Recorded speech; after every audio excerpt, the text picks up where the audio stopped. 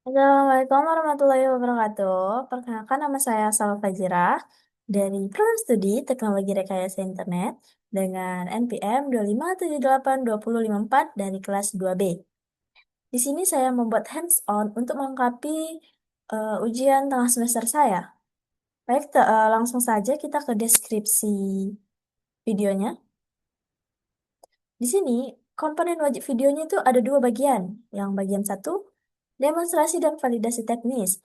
Mahasiswa menjalankan live demo terhadap seluruh kemampuan yang dimiliki oleh aplikasi yang dibangun.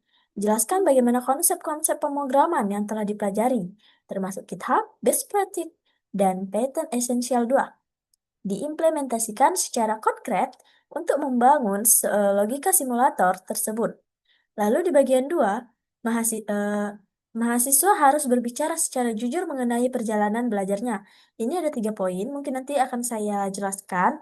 Lanjut aja kita ke minggu pertama, tentang version control Git and GitHub. Pada kali ini, mahasiswa akan mempelajari konsep dan penerapan version control system menggunakan Git dan GitHub sebagai alat utama dalam pengelolaan perubahan kode program. Melalui praktikum ini, mahasiswa tidak hanya diperkenalkan pada perintah-perintah dasar Git, tapi juga diarahkan untuk memahami alur berpikir versioning. Di sini ada 3 poin utamanya, yaitu bagaimana perubahan dicatat, bagaimana versi penting ditandai, commit and tag, lalu bagaimana riwayat perubahan dapat ditelusuri dan dikembalikan ketika terjadi kesalahan. Praktikum ini menekankan pemahaman proses bukan sekedar menjalankan perintah, sehingga mahasiswa diharapkan mampu menjelaskan apa yang dilakukan, mengapa dilakukan, dan dampaknya terhadap pengelolaan proyek perangkat lunak secara individu maupun kolaboratif. Oke, kita langsung saja ke slide dan soal praktikumnya.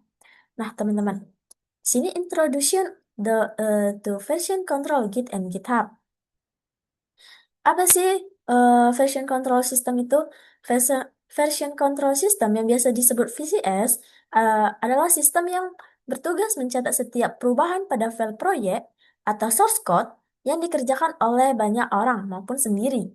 Nah, VCS ini membantu dalam mengelola versi perangkat lunak, mengidentifikasi perubahan, dan memfasilitasi kolaborasi. Untuk keuntungannya ada banyak, teman-teman. Eh, Salah satunya itu ada mampu melacak perubahan atau update pada source code, lalu mendukung kolaborasi tim, lalu memudahkan dalam pemulihan perubahan. Dan yang terakhir itu penanganan konflik saat penggabungan perubahan. Lalu apa sih itu Git? Git adalah salah satu VCS yang diciptakan oleh Linus Torvalds yang dikenal sebagai Distribute Revision Control atau VCS distribusi. Artinya, penyimpanan database Git tidak hanya berada dalam satu tempat saja. Semua orang yang terlibat dalam proyek akan menyimpan database Git, sehingga akan memudahkan pengelolaannya secara online maupun offline. Oke, mungkin tentang PCS dan Git begitu. Langsung aja kita ke latihan satunya. Lakukan konfigurasi awal dengan mengisi username dengan nama lengkap dan user email. Lakukan perintah git config list dan screenshot hasilnya. Ini sebelumnya sudah saya kerjakan di minggu pertama. Mungkin saya akan memperlihatkannya saja dan mengasih tahu kode. Oke. Oke. Mungkin kita akan kesampingkan begini ad- biar lebih enak dilihat.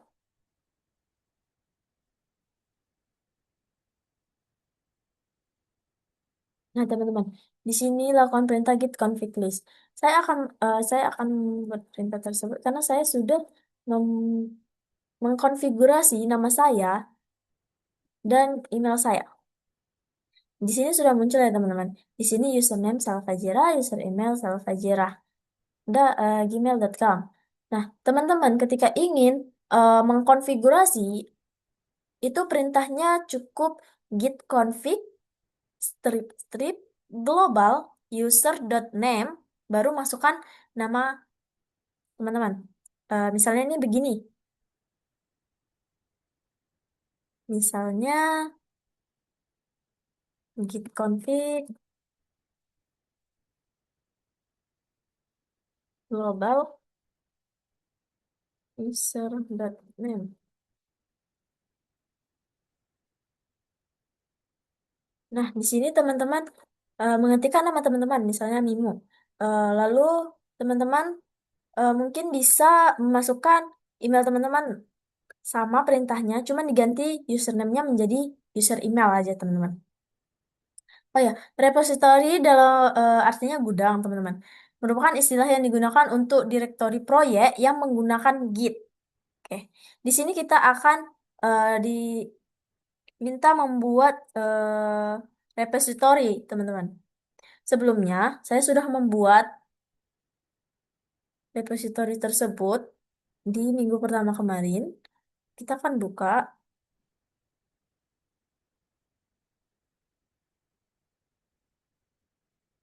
dengan nama Project NPM, teman-teman. Karena di latihan dua ini,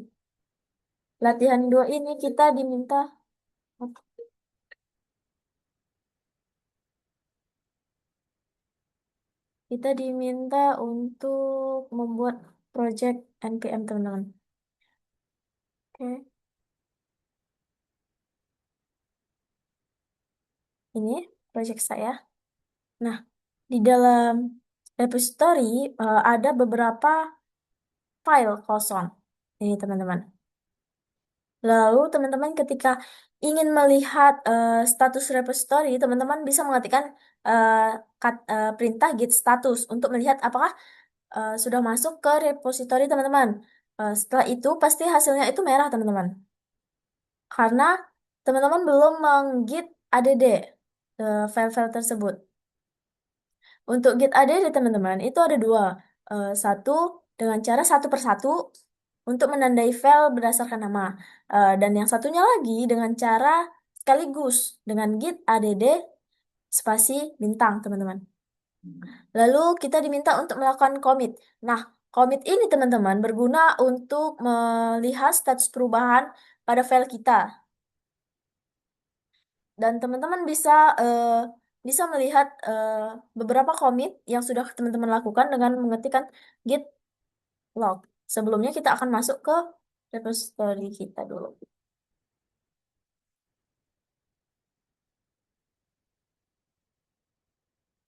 Baru kita git log, teman-teman. Nah, di sini ada muncul, teman-teman. Nah, setelah ini kita diminta membuat git tag, teman-teman. Setelah kita git commit, kita diminta buat git tag agar perubahannya juga tersimpan. Misalnya kalau teman-teman ingin membuat tag nama atau tag version itu, teman-teman nggak usah pusing mikirin perintahnya, hanya cukup mengetik git tag baru nama tag yang akan teman-teman eh, buat gitu. Dan terus teman-teman ketika ingin mengecek git tag teman-teman, teman-teman hanya mengetikkan git tag aja, teman-teman. Nah, untuk latihan 4 ini sudah. Lanjut aja kita ke GitHub ya, teman-teman.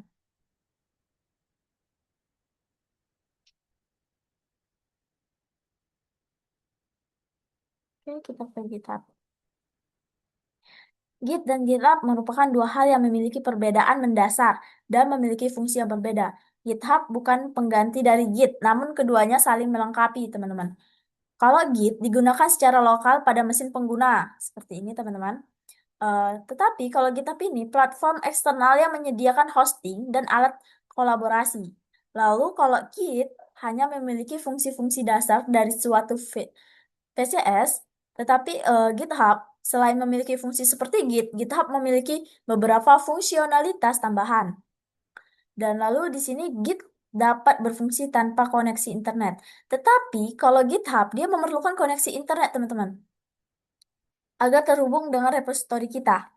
Nah, di latihan 5 ini buatlah sebuah public repository di GitHub dengan nama init npm nama lengkap. Lalu masukkan link HTTP. Ada tugas, teman-teman.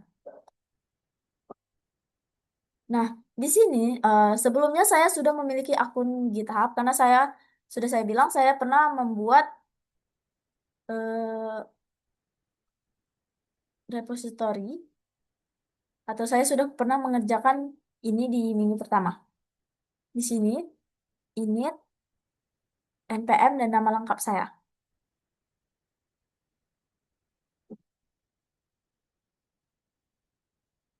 Oke, di sini sudah muncul teman-teman. Lalu, ketika kita sudah membuat file kita nih di Git, di project kita ini, di command prompt ini, kita akan mengupload semua perubahan dari lokal repository kita yang telah kita buat sebelumnya ke GitHub. Sebelum upload, kita akan menambahkan URL online repository ke lokal repository dengan perintah git remote add. Nah, teman-teman, nanti kalau teman-teman membuat suatu repository, dia akan muncul suatu link, teman-teman. Contohnya awal repository ya.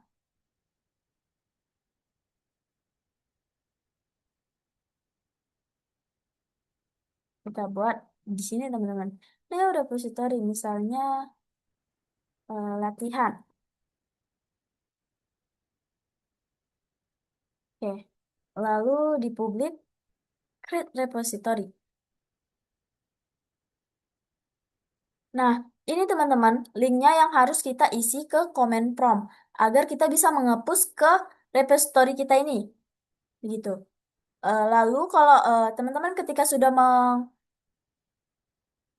mengupload link tersebut, teman-teman dapat mengirim seluruh perubahan pada lokal repository kita ke GitHub dengan perintah GitHub, git push GitHub master, teman-teman.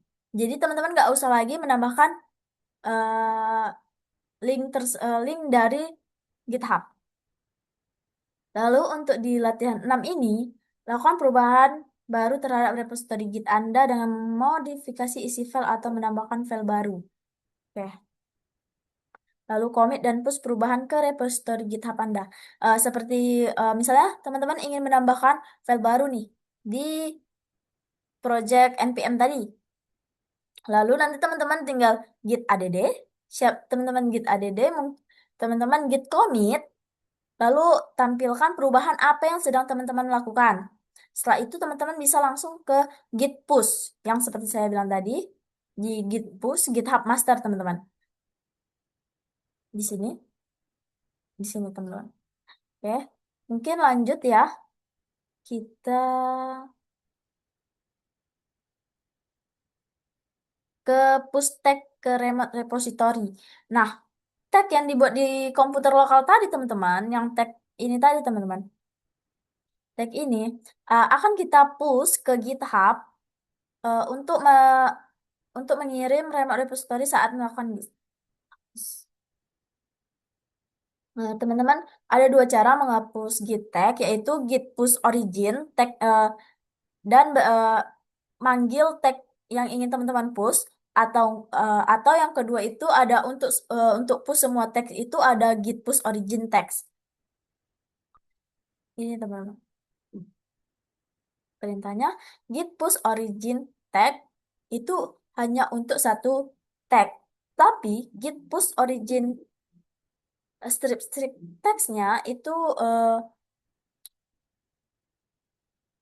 menghapus semua tag. Mungkin teman-teman hanya itu dari minggu pertama, kita lanjut ke minggu kedua. Tentang the Zine of Python. Oke. Di sesi ini, praktikum di ini dirancang untuk melatih ketelitian dalam penulisan kode Python yang standar, bersih, profesional. Mahasiswa akan belajar menerapkan standar gaya penulisan PEP 8, menggunakan alat bantu Flat 8, serta mendalami filosofi The Zen of Python. Fokus utama kegiatan ini bukan hanya sekedar memperbaiki error, melainkan mengasah kemampuan mahasiswa dalam melakukan atomic commit pada Git, menyusun dokumentasi yang sistematis, dan melakukan refactoring agar kode menjadi lebih eksplisit, mudah dibaca, dan mudah dipelihara. Oke, teman-teman, langsung aja kita ke slide-nya. The Zine of Python. Ada 19 prinsip The Zine of Python. Beautiful is better than only, lebih baik cantik daripada berantakan. Istilahnya begitu. Kita langsung ke PEP 8 ya teman-teman. Di kode style guide. PEP 8 merupakan salah satu PEP terpenting dan most read oleh setiap programmer Python profesional. Lalu di sini faktanya kita akan lebih banyak membaca program ketimbang menulis, teman-teman. Lalu kapan boleh tidak menggunakan PEP 8? Jika saat menggunakan PEP 8 justru merusak kompatibilitas aplikasi. Atau jika saat menggunakan PEP 8 meninggalkan efek negatif terhadap readability. Lalu jika saat menggunakan PEP 8 menimbulkan ketidakkonsistenan terhadap keseluruhan kode. Lalu untuk PEP 8 kode layout indentation ini teman-teman. Identati Indentation atau spasi yang terletak di depan sebuah baris kode atau horizontal with space berperan untuk mengelompokkan kode statements. Lalu ada dua aturan sederhana saat menulis program, yaitu menggunakan 4 spasi per indentasi level dan menggunakan spasi, bukan tab ya teman-teman. Jadi di PEP 8 tidak menggunakan tab, melainkan menggunakan spasi. Lalu tidak boleh mencampurkan penggunaan tab dan spasi untuk indentasi, tidak diperbolehkan. Lalu di PEP 8, kode layout continuation line berisi lanjutan merupakan baris-baris kode yang dipisahkan karena terlalu panjang dan juga ingin meningkatkan readability. Lalu baris lanjutan dapat dilakukan dengan menggunakan tanda kurung. Seperti ini ya teman-teman. Nah, di sini di Melis One yang salah teman-teman. Ini barisnya 123, koma baru di bawahnya 456. Ini salah ya teman-teman. Ini tidak baik untuk penggunaan PEP 8 teman-teman. Yang seharusnya itu dia kurung sikunya itu di atas sendiri dan angkanya itu di bawah teman-teman. Lalu ditutup lagi menggunakan kurung siku teman-teman. Agar lebih rapi dan lebih enak untuk dilihat. Lalu untuk PEP 8 kode layout maksimum len length dan len breadth. Eh, di PEP 8 itu minimal 79 karakter untuk sebuah baris. Lalu untuk docstring dia tidak boleh melebihi 72 karakter, teman-teman.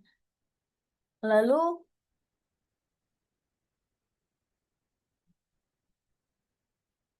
string quotes dan trailing commas. Pada Python sering dapat direpresentasikan menggunakan kutip satu. Contohnya seperti ini teman-teman. Kutip satu. Ataupun kutip dua. Pastikan penggunaan tanda kutip konsisten di setiap kode teman-teman. Lalu with space in expression and statement. Tidak ada spasi tepat setelah tanda kurung atau sebelum tanda koma ya teman-teman. Lalu ini masih banyak teman-teman. Ada komen yang menggunakan komentar untuk aspek kode readability tanpa mempengaruhi output program. Lalu ada blok komen yang itu komentar panjang yang biasanya digunakan untuk menjelaskan bagian kode tersebut, teman-teman. Ada inline comment yang artinya komentar yang ditulis di baris yang sama. Lalu ada naming convention introduction yaitu memberikan nama kepada variabel fungsi, metode, dan kelas, teman-teman. Lalu ada naming convention recommendation, yaitu eh, untuk memberikan nama variabel gunakan lowercase dan underscore jika ada lebih dari satu kata.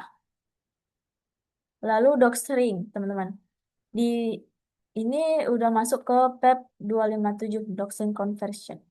Tapi di PEP 8 juga harus memiliki docstring, teman-teman. Mungkin kita langsung saja ke contohnya di soal. Sabar ya teman-teman. Ini sebenarnya kita skip aja dulu, kita hapus saja pembukaian di soal.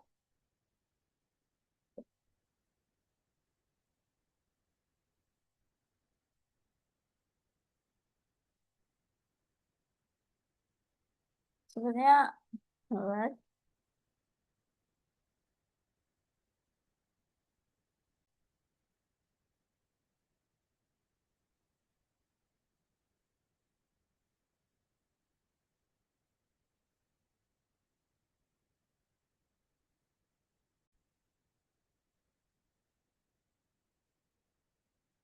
Oke, teman-teman, di sini eh, kita akan lanjut ke slide-nya.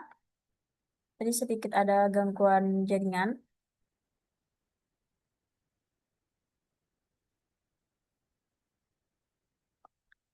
Lab Session 2, Best Practice and the Zine of Python. Mungkin contohnya aja kita bisa dari source code ini. Tadi sebelumnya sudah saya download ya teman-teman, source code-nya. Dan kita bisa lihat perubahannya. Tapi tadi sudah saya perbaiki sebelumnya. Kita download ulang aja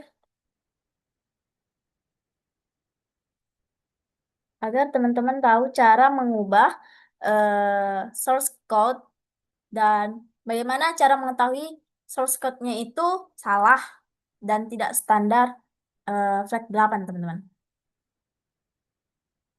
Terus saya download, kita pindahkan dulu filenya sebentar ya.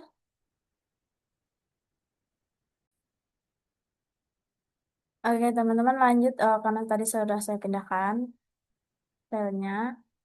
Di sini teman-teman buka, lalu jalankan di comment prompt. Oke, sebelumnya teman-teman buka lagi di Sublime. Nah, di sini biar lebih mudah ya teman-teman. Kita akan ke sini, lalu kita akan melihat di Sublime. Kita kita akan memasukkan perintah flag 8 untuk mengetahui apakah kode source code ini sudah standar penulisan flag 8 teman-teman.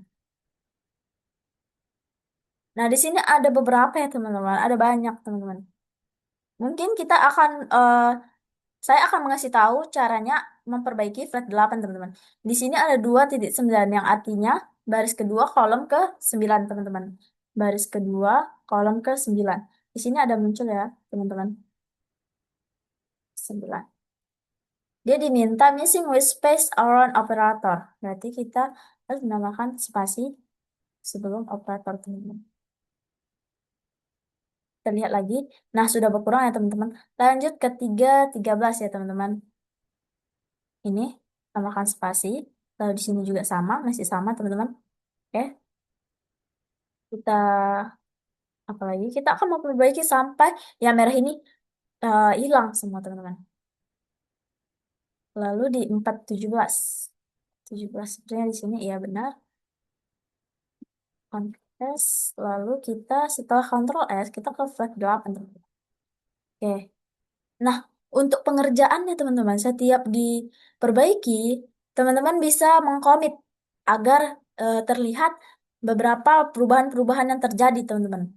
Aduh, saya lupa lagi tadi mengkomit. Ya, ini akan saya komit di 8.1, expansion 2 blank after class or function. Jadi dia meminta 2 blank. Itu 3. Yes. Oke. Kita set kapan, oke. Kita git.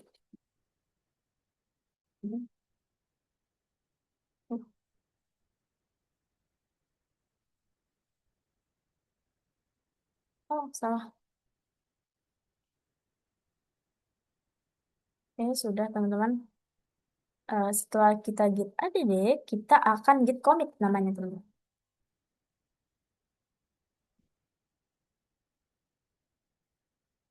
Memperba- eh, Menambahkan line,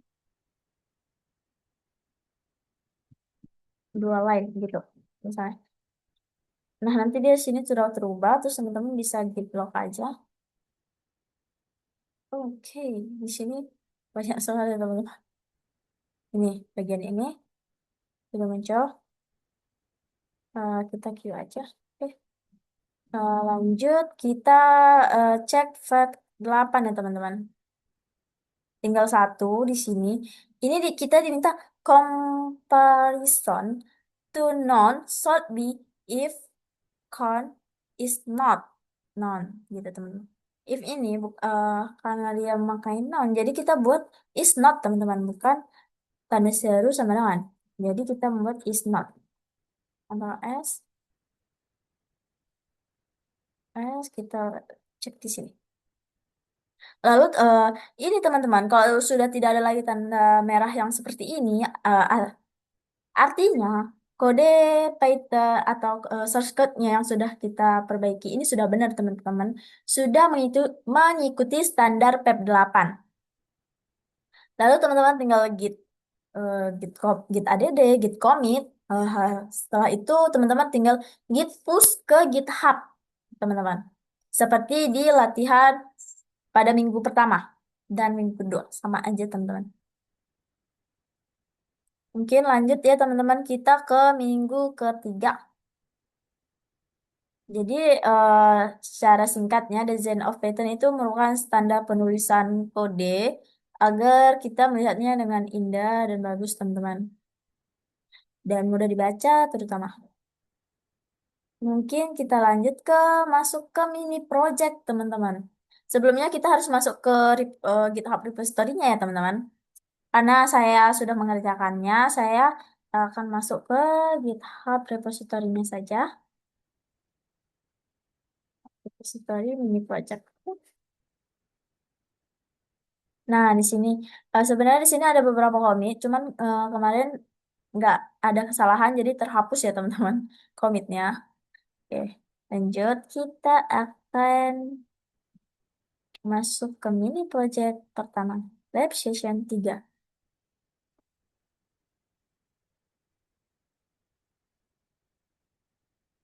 Pada rangkaian praktikum mini project pertama, mahasiswa diminta untuk membangun sebuah aplikasi simulasi otomasi jaringan menggunakan bahasa pemrograman Python.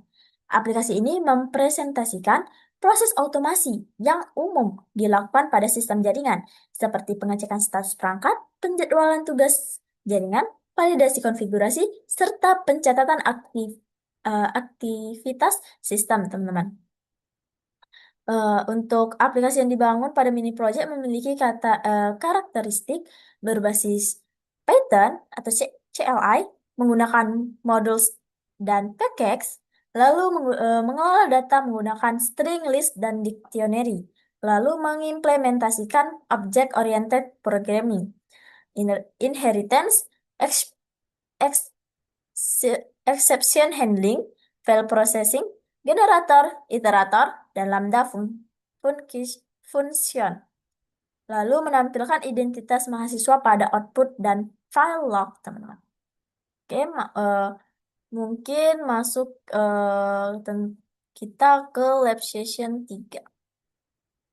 Masuk ke soal ini saja.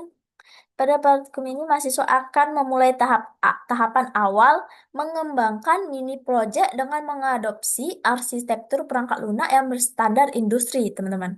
Pelajaran akan berfokus pada transisi dan penulisan kode konvensional dalam berkas tunggal menuju paradigma pemrograman modular.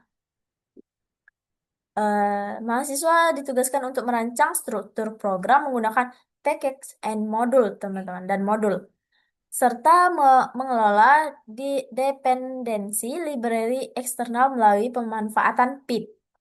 Penguasaan arsitektur modular ini merupakan fondasi esensial bagi seorang engineer dalam membangun skrip otomasi maupun sistem IoT yang terstruktur, skalabel, dan berkesinambungan.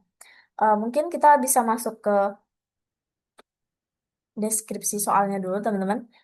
Di sini deskripsi soalnya, pada sesi pertama mini project ini tadi sudah kita baca di awal. Untuk instruksi praktikumnya, struktur direktori dan package. Buatlah sebuah package Python dengan nama NetOps. Pastikan direktori ini diinisiasi sebagai package yang valid sesuai standar Python. Oke, teman-teman, sebelumnya saya sudah membuat, mungkin teman-teman akan melihat struktur directory dan package saya, package ini kan gitu teman-teman. Di dokumen, saya buat di Solo Network, lihat 3.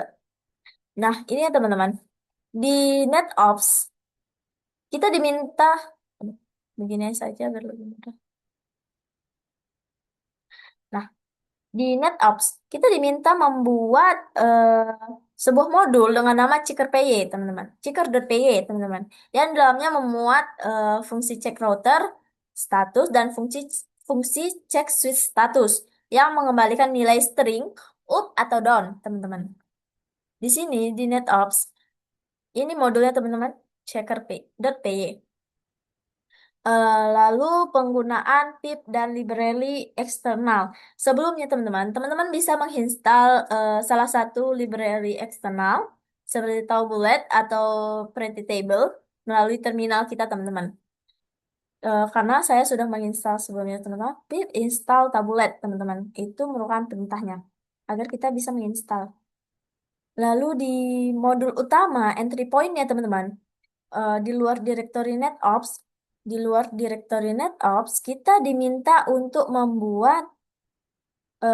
file, eh, membuat modul utama dengan format penamaan main npm.py. Contohnya seperti ini teman-teman. Main 2578254.py itu adalah salah satu npm saya teman-teman. Lalu melakukan import fungsi-fungsi dari package NetOps. Kita nanti akan mengimport dari package-nya NetOps yang di checker PY tadi ke main utama, teman-teman. Lalu kita agar di command prompt-nya atau bullet-nya jalan, kita melakukan import library eksternal juga ya, teman-teman. Lalu kita diminta lagi buat eh, menu sederhana yang berjalan terus-menerus yang melakukan pengulangan, teman-teman. Ya, di sini ada pilihannya dengan 3 pilihan, teman-teman. Cek status router, cek status switch, dan keluar. Oke. Lalu menggunakan penulisan kode mengikuti standar PEP 8 dan menambahkan string pada setiap fungsi yang dibuat dan inline comment, teman-teman. Mungkin langsung aja ya, teman-teman. Kita akan melihat, aduh, salah. Kita akan melihat checker replay saya.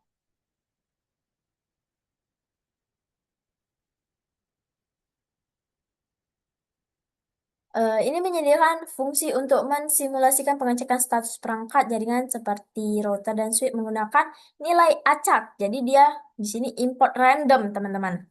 Lalu kita diminta tadi bukan kita diminta untuk membuat dev check status router, teman. Fungsi dev check status router. Ini mengembalikan string up atau down secara acak untuk mempresentasikan kondisi aktual dari router. Seperti ini ya, teman-teman. Return random ke status option. Lalu sama, cek switch status juga sama seperti cek router status, teman-teman. Mungkin kita bisa lihat di main utamanya ya, teman-teman, biar lebih jelas. Karena di main utama itu lebih banyak. Nah,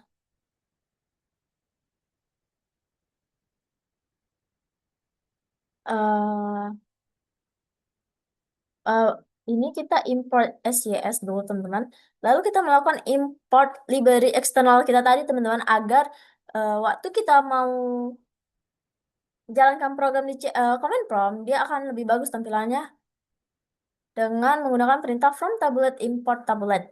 Karena saya menginstal tablet, teman-teman. Lalu import fungsi simulasi dari paket lokal NetOps dengan masukkan perintah from NetOps the checker import check router status check switch status, teman-teman.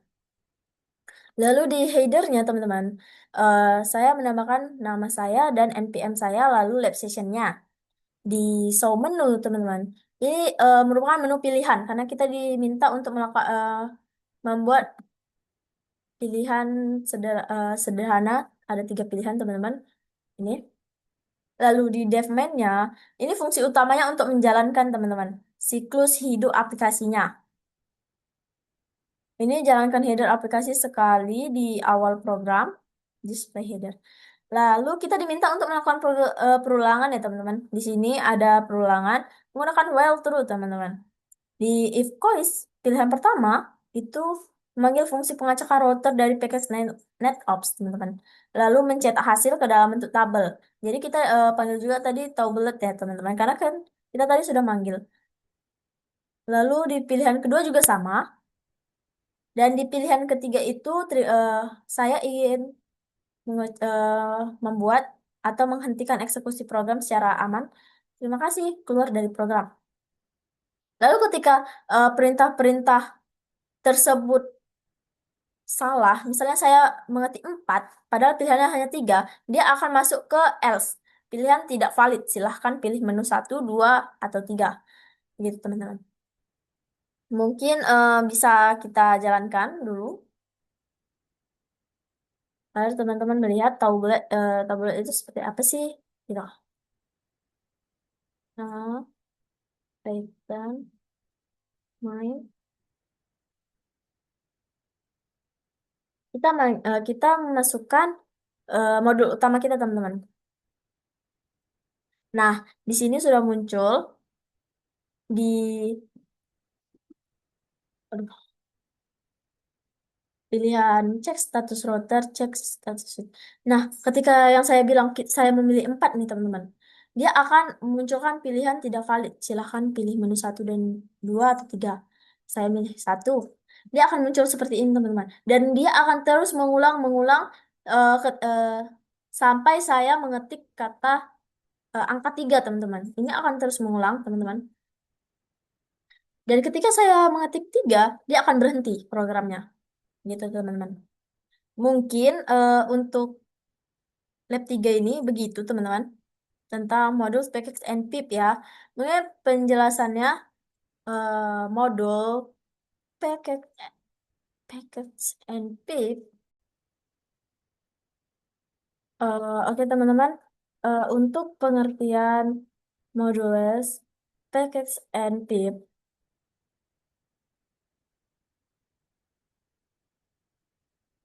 eh kita kesini dulu.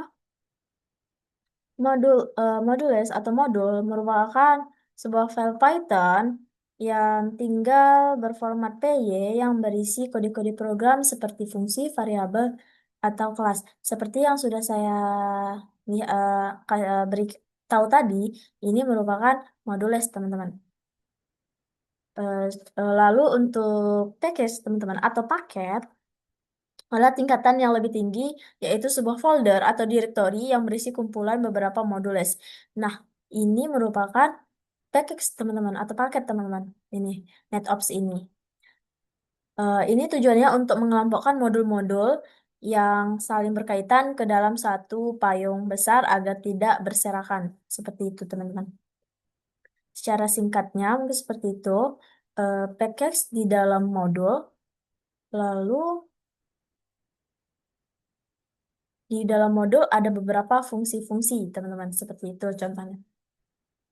Mungkin lanjut aja, teman-teman, kita ke minggu keempat ya. Kan ini udah minggu ketiga. Langsung minggu keempat di string, string and list method dan exception. Di lab 4 ini, teman-teman, pada saat ini pengembangan mini project akan difokuskan pada peningkatan kendalaan program dan manajemen data yang dinamis. Mahasiswa ditugaskan untuk mengimplementasikan manipulasi string guna memvalidasi input pengguna. Manfaatnya, struktur data list untuk mengelola status inventaris serta pencatatan riwayat aktivitas login dan menerapkan teknik exception handling atau 3-except, teman-teman, untuk menangkal anomali sistem. Kemampuan merancang arsitektur perangkat lunak yang fault tolerant di mana program mampu merespon kondisi error terduga seperti putusnya koneksi jaringan atau malfungsi perangkat keras tanpa mengalami crash merupakan standar kompetensi mutlak dalam praktik engineering di dunia nyata. Kita masuk ke deskripsi soalnya. Terusin dulu. Nah, di sini tentang string list method uh, and exception. Kita masuk ke in instruksi pratikum ya, teman-teman. Persiapan list untuk inventory dan riwayat. Di dalam file modul utama, main npm, buatlah dua variabel list kosong di awal program. Oke, kita masuk ke sini, teman-teman. Karena file saya kan sudah terupdate ke lab 8, teman-teman. Jadi saya hanya bisa melihat di GitHub. Nah, ini fungsi GitHub, teman-teman. Dia bisa mencatat perubahan-perubahan kita ketika kita membuat tag, teman-teman. Jadi lebih mudah kita buka lab 4. Dan kenapa tadi saya tidak membuka lab 3 di sini? Karena sudah saya pindahkan, teman-teman. Sebelumnya sudah saya pindahkan, jadi ya udahlah, udah terlanjur juga. Jadi kita kode, kita open filenya. Oke, kita lihat. Ini main utama ya tadi, teman-teman. Oke, kita masukkan.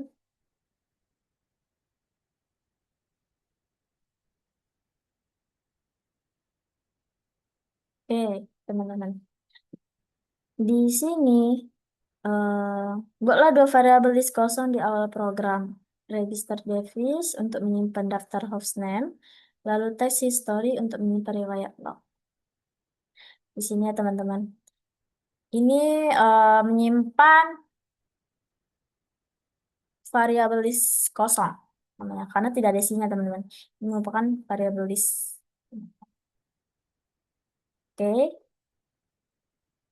Hmm, Lalu menu CLI dan manipulasi string. Modifikasi menu CLI Anda menjadi 5 pilihan. Karena tadi di lab 3 itu hanya 3 pilihan, di lab 4 kita upgrade ke 5 pilihan, teman-teman.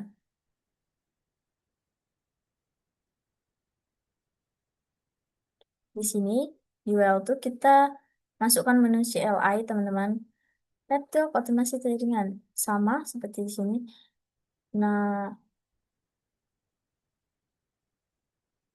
di sini juga dilakukan pengulangan seperti lab sebelumnya. Hanya perubahannya itu pada ini, teman-teman. Menu CLI-nya. Lalu di sini juga di lab 4 ini ada perubahan validasi list dan error handling, teman-teman. Saat user memilih menu cek status, menu 2 dan 3, inventory perangkat, cek terlebih dahulu apakah registered device kosong. Jika kosong, tampilkan peringatan sistem menolak, inventory perangkat masih kosong, dan kembali ke menu. Lalu, jika tidak kosong, tampilkan daftar perangkat yang tersedia. Jika nama yang diketikkan user tidak ada dalam register device, lemparkan pesan, pesan error atau tampilkan peringatan bahwa perangkat tidak ditemukan. Nah, di exception handling ya, teman-teman, modifikasi fungsi pengecekan pada checker.py, teman-teman. Kita akan buka checker.py di NetOps ya, teman-teman. Kita buka. Oke. Eh, di sini buat simulasi probabilitas kegagalan koneksi. Berikan nilai peluang 20%. Contohnya 20% ini, teman-teman. Ini ya, teman-teman, 20%.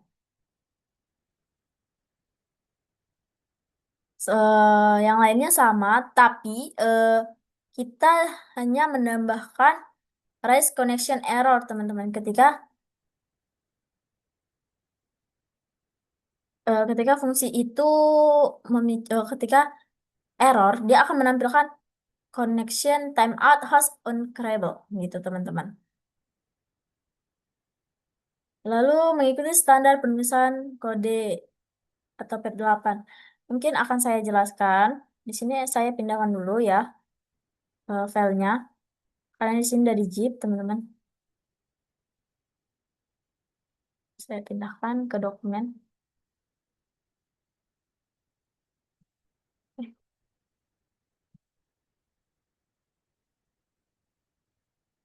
Slide 4 tadi ini, teman-teman. Kita jalankan di aduh, kita jalankan di command prompt. Kita PY main 2578 20 54 PY. Nah, di sini teman-teman, karena yang di lab 3 tadi, kita hanya 3 kan teman-teman. Di sini ketika kita misalnya nomor satu nih, tambahkan perangkat, masukkan hostname atau IP address. Misalnya IP address-nya 192.168.1.1 misalnya. Ter, berhasil eh 192.168.1 ditambahkan ke inventory, teman-teman. Lalu kita cek. Bentar.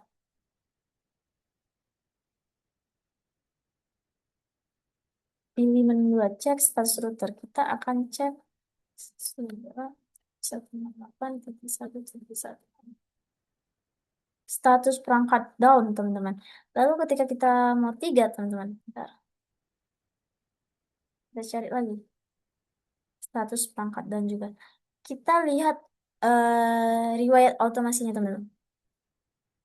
Dan, dan jika error, karena kan kemungkinan errornya itu hanya 20%, teman-teman. Jadi kita akan coba-coba dulu sampai kita ketemu error, teman-teman. Karena tingkat errornya itu hanya 20%, kemungkinan susah, teman-teman.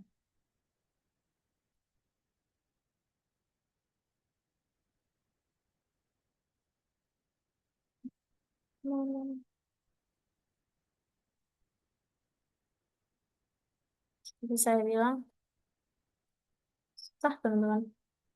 Karena hanya 20%. Sebentar, saya akan buat dulu sampai ketemu error. Nah, di sini sudah beberapa kali saya coba, teman-teman. Sudah banyak sekali.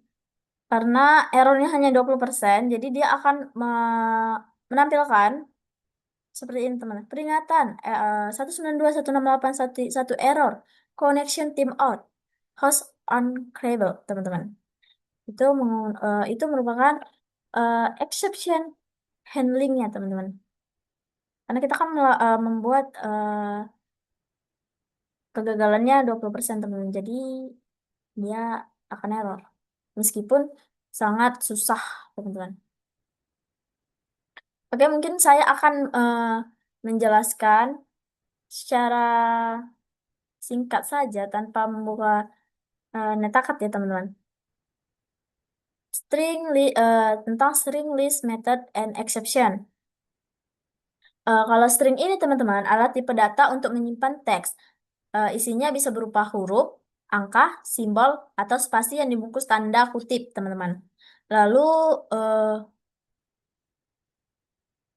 untuk ciri utamanya itu teman-teman tidak bisa diubah sebagian. Jika teman-teman ingin mengubah satu huruf dalam sebuah kata, Python tidak akan mengizinkannya secara langsung. Kamu, teman-teman, harus membuat teks baru yang utuh jika ingin ada perubahan. Betul, itu string, teman-teman. Lalu list method, teman-teman. List method. Method gitu. List adalah wadah untuk menyimpan banyak data, seperti daftar belanja atau kumpulan angka. Sementara list method adalah perintah-perintah bawaan yang digunakan untuk mengelola data di dalam di dalam daftar tersebut, teman-teman. Ini berbeda dengan teks. Daftar ini hanya fleksibel. Teman-teman bisa menggunakan metode-metode ini untuk menambahkan data baru di urutan paling belakang, menyisipkan data di tengah-tengah, menghapus data tertentu, atau mengurutkan lainnya dari yang terkecil hingga terbesar. Itu list method, teman-teman. List method, teman-teman.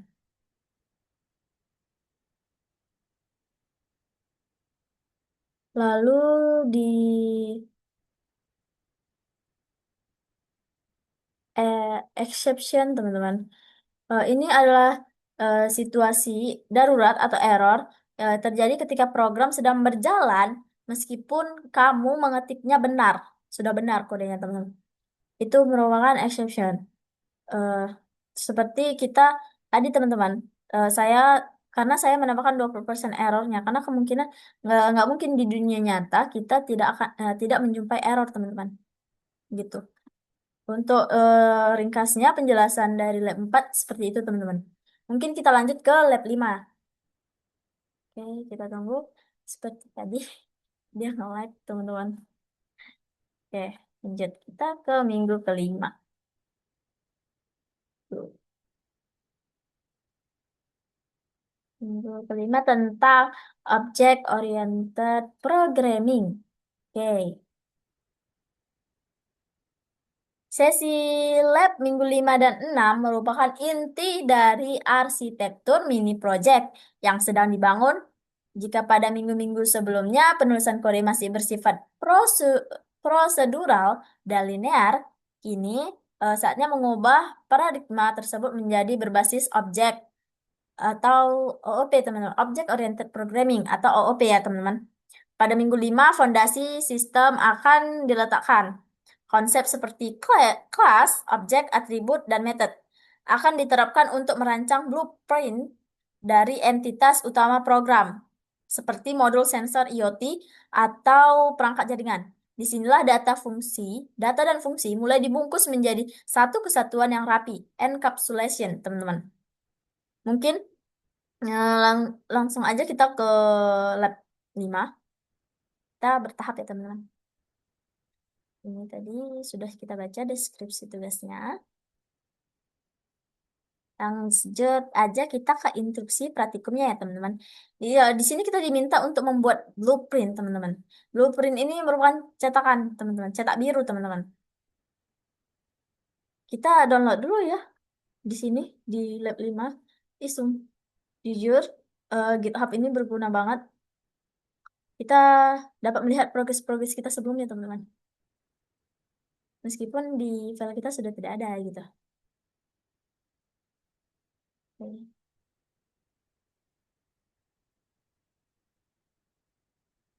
Mungkin langsung saja ya kita pindahkan ke dokumen.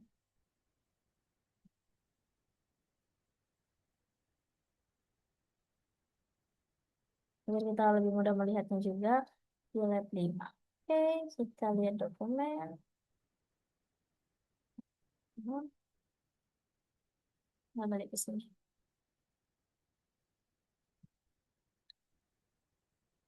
Nah, di sini teman-teman membuat blueprint kelas dan konstruktor. Di dalam package NetOps, buatlah sebuah modul baru bernama device.py yang di dalamnya terdapat sebuah kelas bernama network device. Nah, teman-teman, ini merupakan modul baru yang bernama device, teman-teman.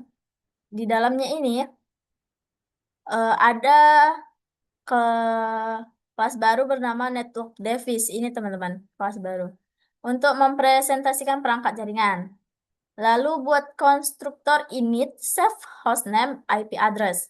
Nah, fungsi ini masuk ke fungsi ya teman-teman. Fungsi init save hostname dan IP address. Ini untuk inisialisasi atribut objek teman-teman. Lalu berikan nilai untuk status awal perangkat, misalnya eh self status your own now, teman-teman. Lalu kita diminta untuk membuat metode perilaku objek. Nah, pindahkan logika simulasi pengecekan koneksi dari modul checker.py menjadi sebuah metode di dalam kelas network device.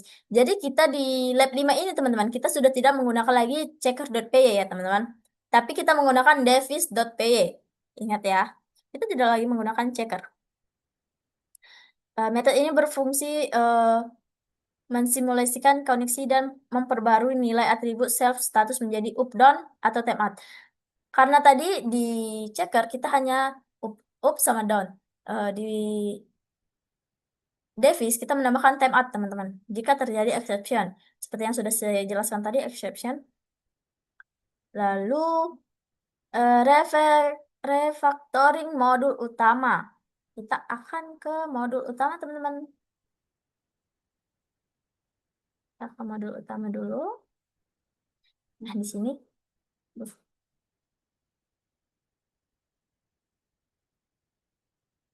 Gambarnya belum ya kameranya. Lalu kita modifikasi main npm .py pada menu tambah perangkat jaringan, ubah agar program meminta dua input hostname dan IP address. Karena di lab 4 kita hanya meminta satu input teman-teman, yaitu hostname atau IP address. Tapi di sini kita meminta dua input teman, hostname dan IP address. Oke. Lanjut, gunakan kedua input tersebut untuk menciptakan sebuah objek baru dari kelas network. Devis, dari kelas Devis ya teman-teman. Oke. Lalu pastikan list registered Devis tidak lagi menyimpan string, tetapi objek dari kelas network Devis. Nah, registered Devis tidak lagi menyimpan string tidak lagi menyimpan string, tetapi objek dari kelas network Devis. Oke, teman-teman. Lalu modifikasi menu pengecekan dan riwayat. Modifikasi menu pengecekan perangkat saat menampilkan daftar inventory. Panggil atribut objek untuk dicetak ke layar. Ini teman-teman. Nah, yang ini tadi meminta input ya teman-teman. Ini dua. Hostname dan IP address. Masukkan hostname, masukkan IP address. Nah, lalu instansiasi objek baru.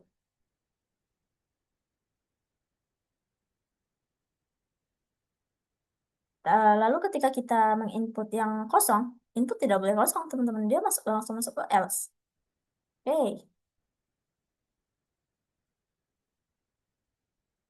Nah, lalu di sini di register Davis, dicek register, if not registered Davis, print menolak. Ini mencari perangkat dan memanggil method langsung dari objek ya teman-teman.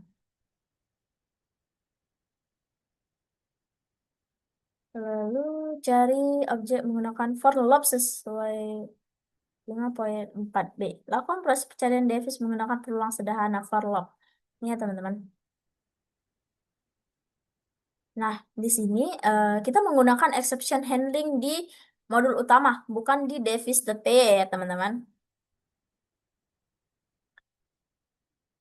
Lalu kita lagi diminta, sudah sih, exception errornya sama seperti yang saya jelaskan tadi ya teman-teman. Nah, yang lainnya, dev main utamanya juga, ini seperti yang saya jelaskan ya tadi ya teman-teman. Mungkin teman-teman penasaran kalau ketika dijalankan itu bagaimana sih gitu hasilnya. Apa sih perbedaannya lab 4 dan lab 5 ini gitu. Ini akan saya jalankan. Oh, ini.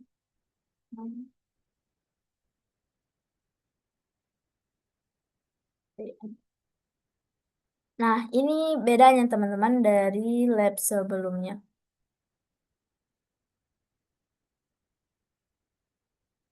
Oke. Berbeda bukan? Dari lab 4. Kita dari awal aja nih. Di sini masukkan hostname atau IP address. Tetapi ketika kita memilih satu teman-teman, dia masukkan hostname, misalnya Sal. Lalu dia diminta masukkan IP address lagi teman-teman. Misalnya 192.68.1.2. Sal is added successfully. Yang artinya sudah dimasukkan. Berhasil teman-teman. Lanjut kita tambahkan lagi perangkat. Enter. Satu lagi. Wah, enter. 92.68.1.3. Nah, di sini sudah, ini tadi tidak saya sengaja tidak. Ini di sini tadi saya spasi teman-teman dan pilihan tidak valid sesuai dengan di main npm tadi di modul utama saya tadi menambahkan ketika tidak ada pilihan dari 1 sampai 5 ini, dia akan membuat output pilihan tidak valid, teman-teman. Oke, sini sudah ditambahkan. Saya akan mengecek statusnya. Nah, ini waktu kita mengecek status, dia meminta input hostname atau IP address atau IP router, teman-teman. IP-nya, teman-teman. Jadi, ketika di lab 4 ini, di lab 4 tadi, teman-teman, dia hanya meminta satu. eh, IP atau hostname yang dimasukkan. Tapi di sini dia juga dia sama minta satu, tetapi di tambah perangkatnya dia minta dua teman-teman. Kita buat aja kita masukkan satu depan satu titik dua. Aduh, apa sih ini? Connection timeout, teman-teman. Kita coba lagi kedua down. Nah, berarti teman-teman, kan kegagalannya 20%. Kegagalannya masih 20%. Di awal tadi sudah ada kegagalan, mungkin di seterusnya akan susah ya teman-teman. Lalu kita dengan keempat, kita akan melihat. Oke, begini ya. Sal, connection error, router dot. Oke,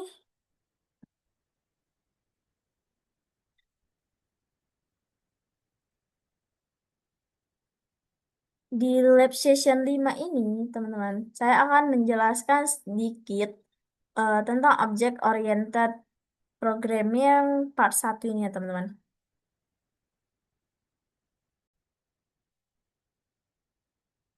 Saya akan menjelaskan di lab 5 ini tadi mengenai refactoring ya teman-teman. Di sini tadi ada, bentar, loading.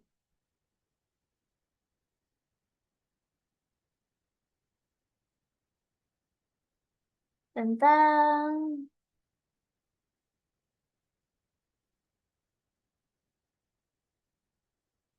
refactoring teman-teman. Ini artinya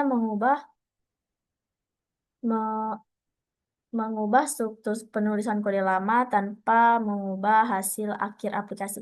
Seperti yang saya bilang tadi, yang kita tidak lagi menggunakan checker.p ya teman-teman, tapi kita menggunakan device.p ya teman-teman. Lalu untuk blueprint teman-teman, membuat blueprint atau kelas itu merupakan mendesain sebuah kelas. Misalnya teman-teman eh, misalnya cetak sebagai cetakan kue atau cetak biru arsitektur. Ya, kelas ini belum menjadi perangkat nyata, melainkan sebuah cetakan yang mendefinisikan data atribut. Apa saja sih informasi yang pasti dimiliki oleh setiap perangkat. Di sini dicontohkan seperti hostname, nama perangkat, dan IP address tadi, teman-teman. Oke, lalu perilaku method. Apa saja sih yang bisa dilakukan oleh perangkat tersebut? Di lab 5 ini dicontohkan seperti fungsi untuk mengecek status koneksi,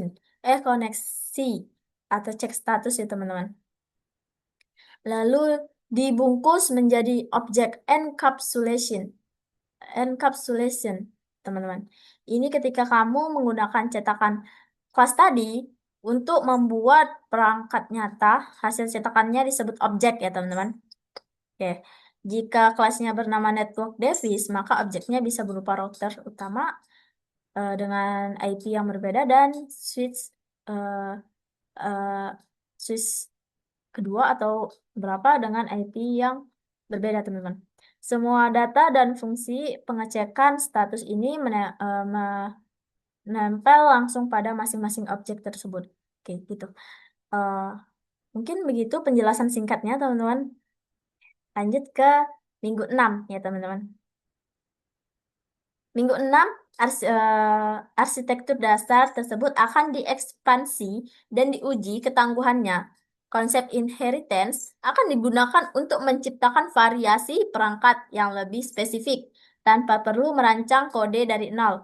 Puncaknya, polimorfism melalui ma- melalui method overriding akan diterapkan agar setiap tipe perangkat meskipun dipanggil dengan perintah yang persis sama oleh sistem mampu memberikan respon atau output yang unik sesuai dengan fungsi aslinya. Kita akan lihat ini, teman-teman. Lab session 6. Oke. Aduh. Kita akan download aja dulu teman-teman. Seperti tadi kita akan download di Stack. Memang berguna banget GitHub ini teman-teman. Oke, kita download dulu ya.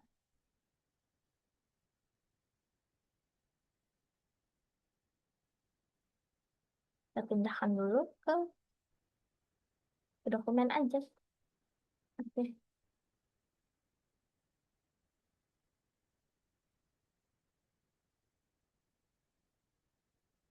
slide 6. Nah, di sini baru kita bisa penerapan inheritance, parent dan child class. Jadikan network device sebagai parent class yang berisi atribut umum seperti hostname, IP address, dan status. Buat dua child class baru, router device dan suite device, keduanya wajib mewarisi sifat dari network device. Gunakan fungsi superinit untuk memanggil konstruktor dari parent class. Kita akan lihat di NetOps ini, di device. Nah, ini teman-teman, mendefinisikan kelas network device sebagai parent. Ini kelas network device sebagai parent ya teman-teman, dan router device sebagai child class-nya teman-teman. Dan ini juga sebagai child class-nya teman-teman. Ini untuk kelas network device masih sama seperti di lab 5 sebelumnya ya teman-teman. Dan kesalahannya juga 20% juga teman-teman. Masih sama seperti yang sebelum-sebelumnya ya teman-teman. Tapi di sini kita diminta untuk menambahkan kelas router device. Nah, di sini kita akan memanggil parent-nya teman-teman. Di child class-nya kita akan memanggil parent agar terhubung ke kode yang di atas teman-teman, kode parent-nya. Nah, di sini dev init kita diminta untuk memanggil super unit, super init teman-teman. Oke. Penerapan polymorphism method overriding pada parent class buat method umum bernama check status yang mengembalikan status ping oke dengan peluang 20%, memicu exception berupa timeout, teman-teman.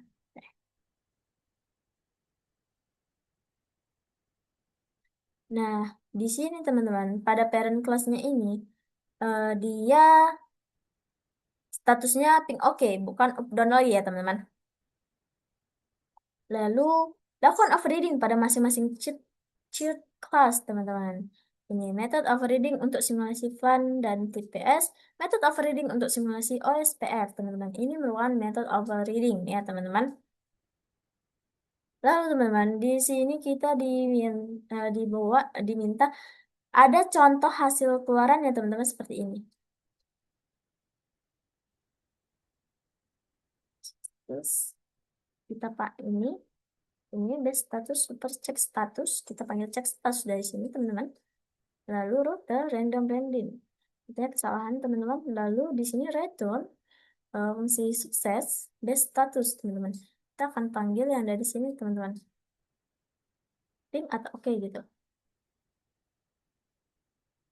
Lalu kita diminta membuat control manager class teman-teman. Buat modul baru. Nah kita diminta buat modul baru lagi nih teman-teman. Ini manager class teman-teman. Nah, ini untuk mengelola inventaris perangkat dari riwayat tugas controller class, teman-teman. Oke. Pindahkan deklarasi list, registered, device, dan text history dari main module menjadi atribut di dalam konstruktor kelas ini. Tambahkan metode fungsional di dalam manager seperti add device, check out device, dan show history. Jadi teman-teman, di register device di menu utama yang di lab 5 tadi, kita akan pindahkan ke manager.py yang ada di lab 6, teman-teman. Ini meruang bertahap ya, teman-teman, karena mini projectnya bertahap. Oke, kita lihat. Di sini sudah tidak ada lagi register device. Beda seperti, aduh,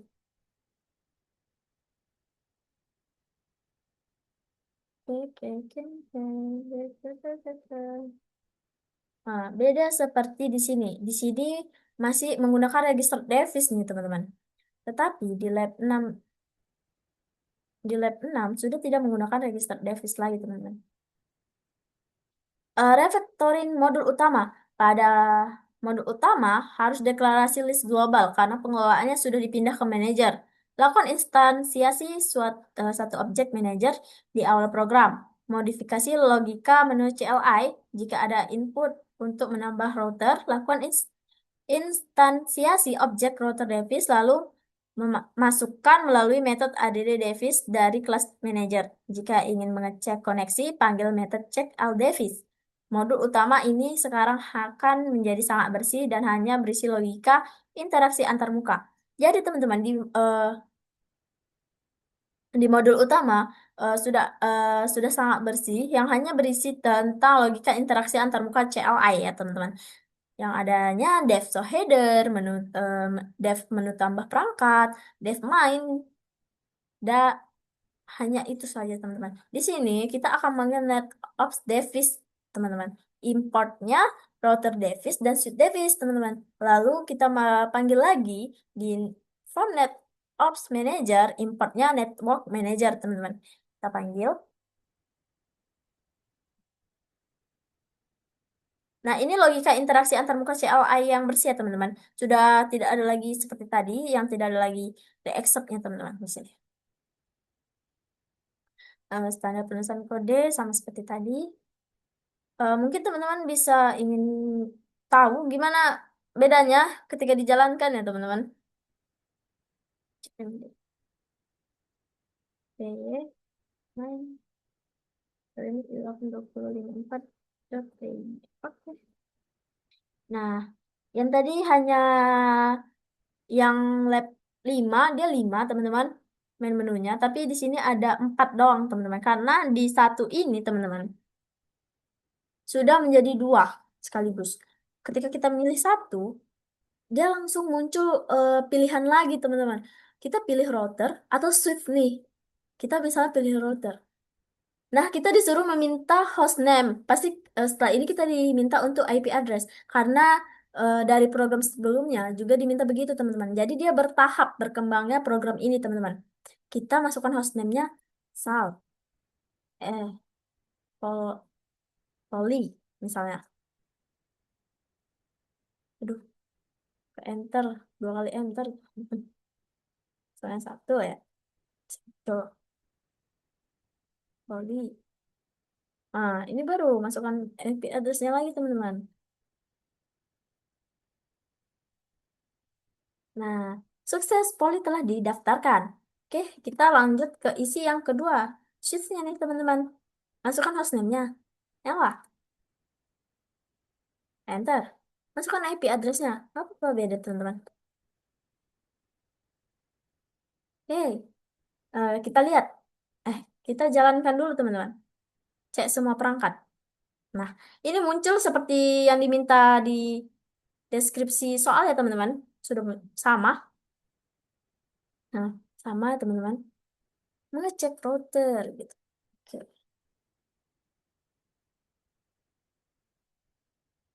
Lalu kita jalankan. Nah, sudah muncul teman-teman.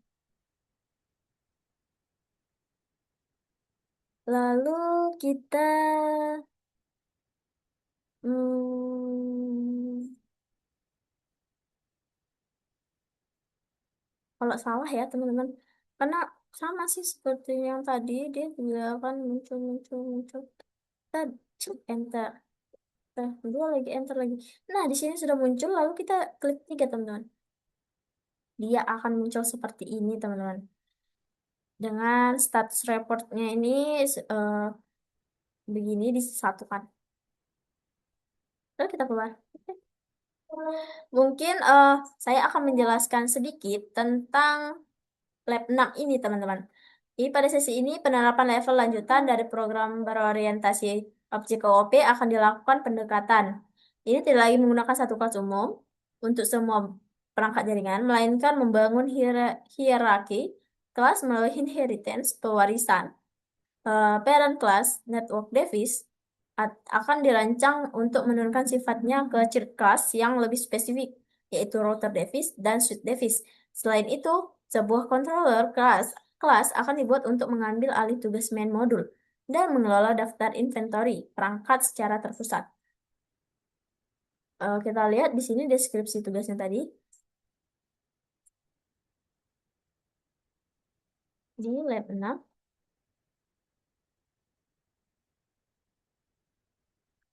ini tentang konsep inheritance akan digunakan untuk menciptakan variasi perangkat. Lalu puncaknya, polymorphism melakukan method of reading. Melalui method of reading akan diterapkan agar setiap tipe perangkat meskipun dipanggil dengan perintah persis sama oleh sistem mampu memberikan respon atau output yang unik dengan fungsi aslinya. Mungkin saya akan menjelaskan sedikit tentang inheritance ya teman-teman. Oke teman-teman, saya tadi akan menjelaskan tentang inheritance. Inheritance atau dalam bahasa Indonesia ada disebut pewaris adalah salah satu konsep paling mendasar dalam pemrograman berorientasi objek atau OP ya teman-teman. Sederhananya, inheritance adalah proses di mana sebuah kelas atau cetakan bisa menurunkan atau mewarisi data atribut dan perilaku atau fungsi metodenya miliknya kepada kelas lain yang baru, teman-teman. Seperti di sini tadi, teman-teman,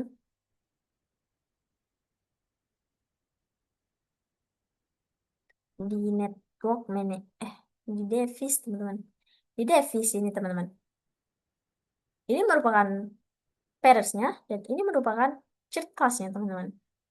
Parent class artinya induk yang mewarisi eh, eh yang mewarisi sering juga disebut superclass atau base class ya, teman-teman. Lalu cheat class-nya ini teman-teman, itu kelas yang menerima warisan atau sering juga disebut subclass atau derivate class ya, oke teman-teman. Lalu mengapa inheritance sangat penting teman-teman? Eh, ini berfungsi sebagai menghindari duplikasi kode agar tidak menulis kode yang sama berulang-ulang untuk objek-objek yang mirip. Lalu kode lebih mudah dirawat atau maintainability. Jika ada perubahan pada fungsi yang bersifat umum, kamu hanya perlu memperbaiki di kelas induknya aja, teman-teman, di sini. Perubahan tersebut akan otomatis berlaku di semua kelas anaknya, cheat kelasnya, teman-teman. Lalu struktur kode menjadi lebih logis, membuat hubungan antar kode program menjadi lebih terstruktur dan mencerminkan dunia nyata. Untuk fitur tambahannya, overreading, teman-teman. Overreading, selain menerima warisan secara utuh, cheat class juga memiliki kemampuan bernama method overreading. Artinya, cheat class ini bisa mengubah atau memodifikasi cara kerja fungsi yang diwariskan dari induknya agar lebih sesuai dengan kebutuhan spesifikasi dirinya sendiri, teman-teman. Jadi di sini kita bisa mengubah dari eh, parent class ya, teman-teman, di cheat class-nya, teman-teman, melalui method overreading. Oke. Mungkin begitu penjelasan dari saya. Kita lanjut ke lab 7 dan 8, teman-teman. Di lab 8, di lab 7, fokus utama adalah optimasi kinerja dan penanganan mekanis pelaporan error. Mekanis pelaporan masalah akan dibuat lebih spesifik melalui pembuatan objek custom exception. Selanjutnya, efisiensi memori uh, dan dinamika program akan ditingkatkan secara drastis menggunakan closure untuk fungsi dinamis dan generator untuk memproses data dalam jumlah besar secara on demand tanpa membebani RAM. Oke, kita masuk ke GitHub lagi, akan download lagi. Kita download dulu. Oke, kita di sini.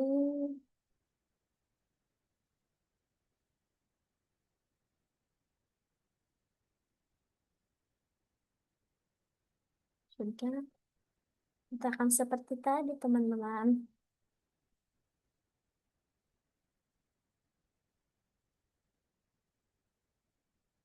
Oke, kita Dokumen, kita buka lab 6. Lab 7 ya? Lab 7. Masuk ke sini. Oke. Kita akan melihat soalnya nih, teman-teman. Ini lab 7 ini. OOP part 3 dan klosur, generator, dan iterators ya, teman-teman. Deskripsi tugasnya. Aduh. Pada sesi ini, pemahaman terhadap konsep pattern tingkat lanjut akan diuji dengan menambahkan 3 fitur ke dalam simulator, teman-teman. 3 fitur. Custom exception akan digunakan untuk merancang respon pemulihan otomasi berdasarkan jenis kegagalan jaringan. Closure akan dimanfaatkan untuk membuat factory function penamaan perangkat otomatis berdasarkan lokasi.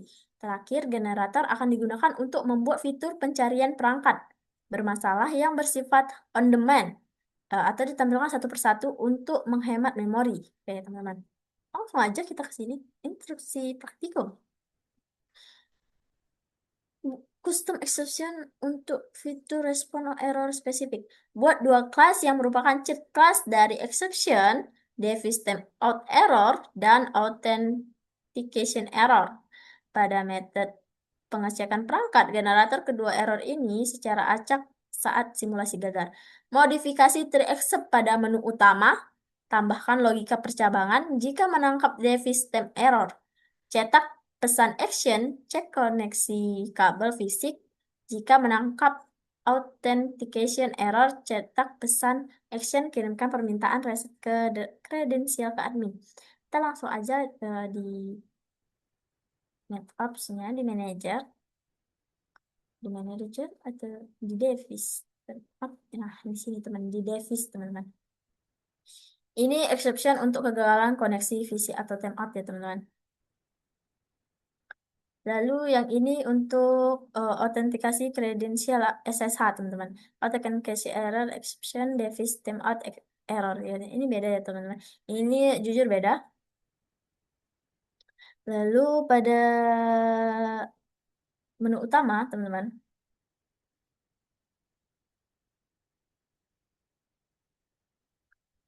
Ini menu utama. Modifikasi teraccept pada menu utama. Di sini di menu utama ini sudah ada teraccept. Jadi sudah tidak seperti di lab 6 teman-teman. Di sini sudah ada. Yang mengambil satu log error dari generator ya teman-teman.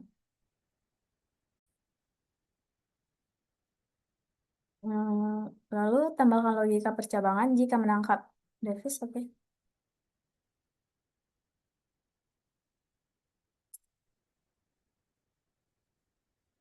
Di sini saya akan menjelaskan satu persatu ya teman-teman.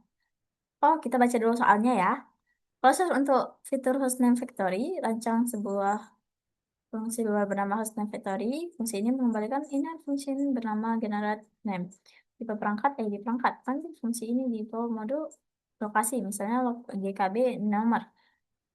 Gunakan fungsi closure tersebut saat user menambahkan perangkat baru sehingga nama perangkat otomatis memiliki prefix lokasi tanpa perlu ditanyakan berulang kali. Lalu diminta generator dan iterators untuk fitur pencari error on demand. Tambahkan satu menu di program utama cari perangkat bermasalah. Jadi nanti kita akan tambahkan satu menu di program utama ya teman-teman.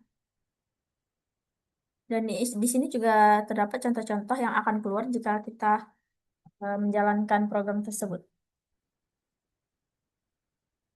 Oke, maaf agak goyang kameranya.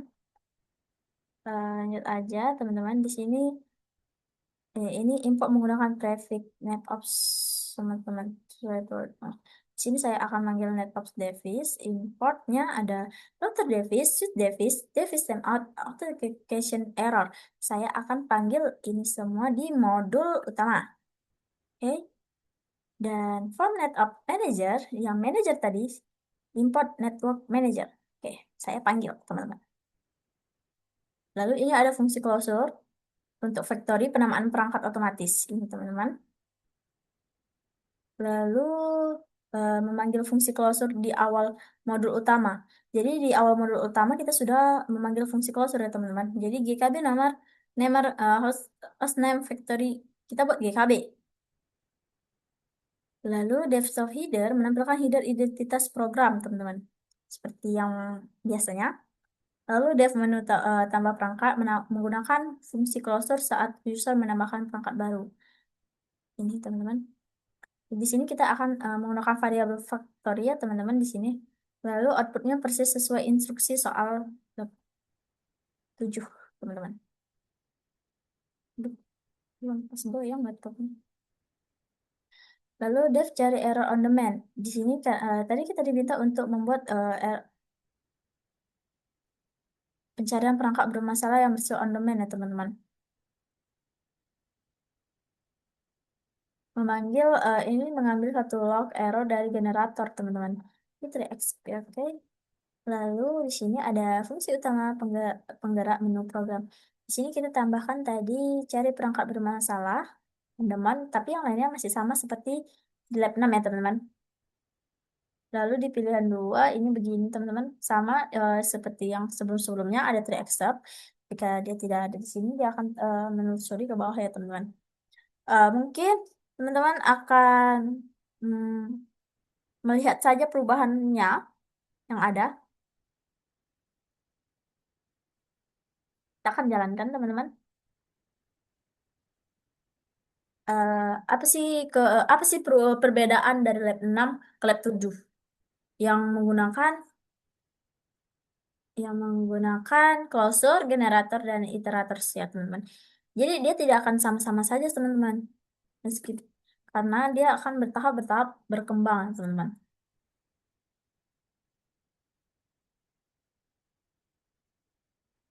Aduh, cepat tambah detik. Oke, teman-teman. Ini tambahkan perangkatnya auto naming ya teman-teman. Nah, sini. Kita akan membuat nama perangkat kita sendiri, teman-teman. Oke, masukkan ID-nya. Salah. Jakarta aja kita buat. Jakarta.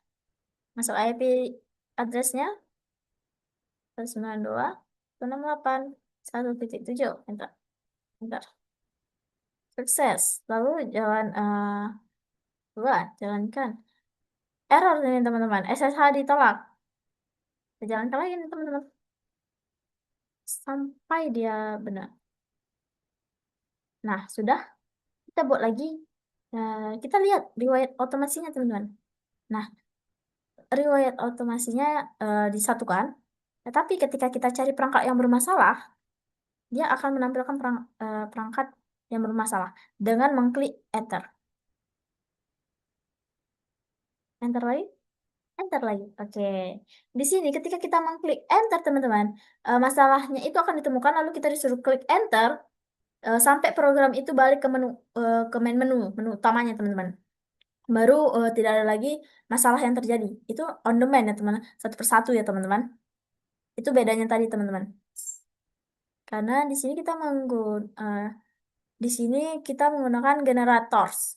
Akan digunakan untuk membuat fitur pencarian perangkat bermasalah yang bersifat on demand satu persatu. Itu fungsi generator, teman-teman. Kalau closure akan dimanfaatkan untuk membuat factory function penamaan perangkat otomatis berdasarkan lokasi. Seperti tadi, penamaan perangkatnya, teman-teman. Untuk custom exception akan digunakan untuk merancang respon pemulihan atau remediation otomatis berdasarkan jenis kegagalan jaringan, gitu teman-teman. Mungkin saya akan menjelaskan sedikit tentang closure, generator, dan iterator secara eh, detail saja. Oke, teman-teman, custom exception untuk remediasi ini otomatis ini penanganan error, namun di sini saya diminta untuk membuat custom exception, membuat jenis error buatan sendiri yang spesifikasi untuk dunia jaringan. Misalnya yang tadi device timeout tadi teman-teman eh, ini maksud tugas ini ketika simulator mendeteksi kegagalan jaringan, program tidak hanya memunculkan pesan error lalu berhenti, tetapi langsung memicu respon pemulihan gitu teman-teman. Contohnya jika error jenis device stem error, nah, program otomatis menjalankan fungsi cadangan untuk memindahkan jalur lalu lintas data ke kabel atau rute alternatif gitu teman-teman. Lalu untuk closure, teman-teman, closure ini sebuah fungsi di dalam fungsi lain. Ini fungsi di dalam fungsi lain, teman-teman.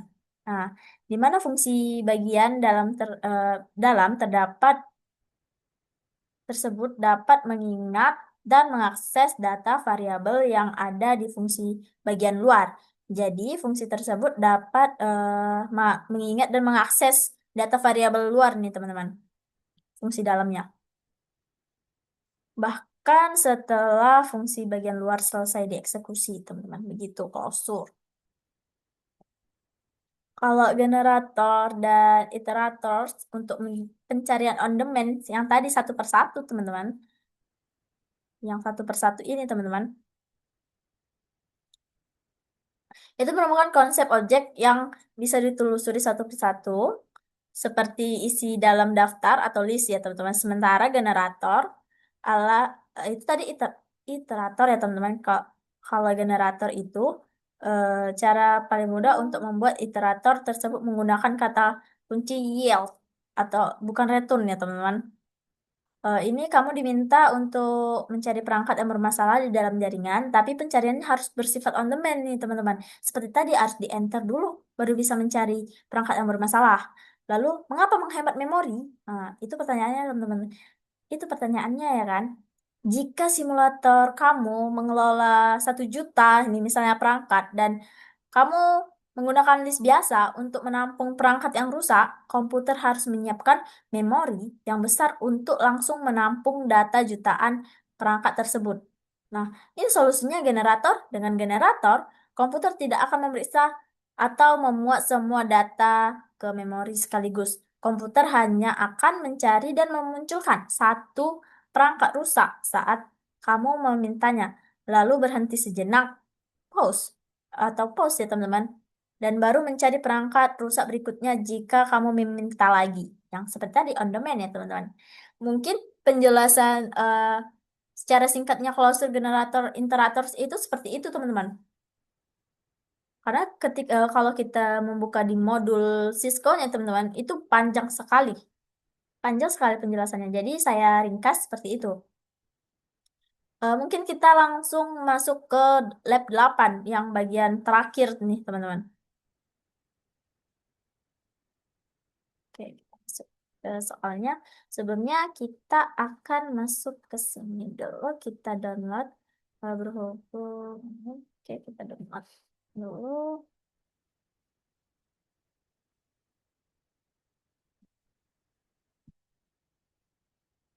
Ini kita pindahkan ke dokumen.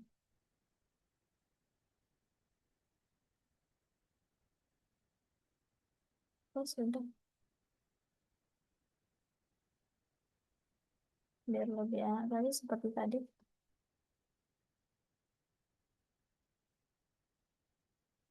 Dokumen lab 8. Oke. Nah, di deskripsi tugas lab 8 ini teman-teman tentang data persistence file file I/O dan lambda fungsi lambda dan fungsi lambda teman-teman. Susah sekali bahasa Inggris. Nah, pada sesi ini, simulator jaringan akan berevolusi menjadi sistem yang mampu menyimpan data secara permanen atau data persistent. Fitur auto save audit log akan diimplementasikan menggunakan context manager with open, teman-teman. Selanjutnya, fitur sistem laporan insiden akan dibangun dengan membaca kembali file penyimpanan tersebut. Lalu mengekstrak data-data krisis seperti perangkat down atau timeout secara instan menggunakan fungsi lambda yang dikombinasikan dengan fungsi bawaan filternya teman-teman. Oke, mungkin langsung aja kita ke Instruksi praktikum. Di sini, di nomor satu ini, fitur auto save audit log. Nah, ini teman-teman, ini langsung muncul. Pada kelas controller, lakukan modifikasi pada bagian pencatatan hasil pengecekan status perangkat list text history dengan menambahkan operasi file I/O dan gunakan context manager with open dan mode append agar setiap baris log baru ditambahkan ke baris paling bawah pada file teks bernama network audit log tanpa menghapus riwayat audit sebelumnya. Ingat, tanpa menghapus. Lalu di generator laporan insiden, teman-teman, di sini hanya hanya dua ya, teman-teman.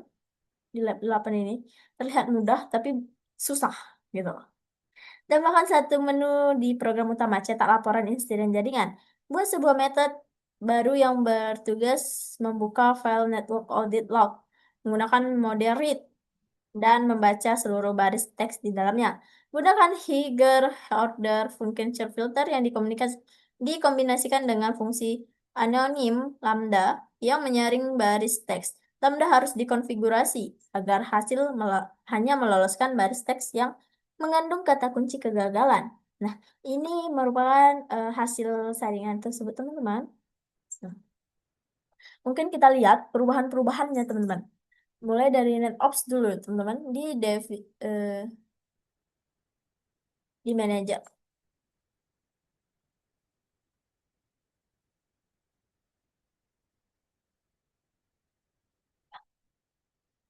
Nah, di sini teman-teman, karena kita diminta untuk membuat network audit log txt, teman-teman. Di sini kita buat save log file network audit log txt di kelas network manager, teman-teman. Lalu ada di device, teman-teman, menggunakan append ya teman-teman. Device object.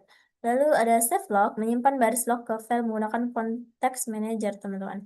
Ini menggunakan mode A akan otomatis membuat file jika belum ada. Oke. Jadi filenya nanti akan otomatis dibuat sendiri, teman-teman, bukan kita yang buat. Karena otomatis membuat file jika belum ada, teman-teman, gitu.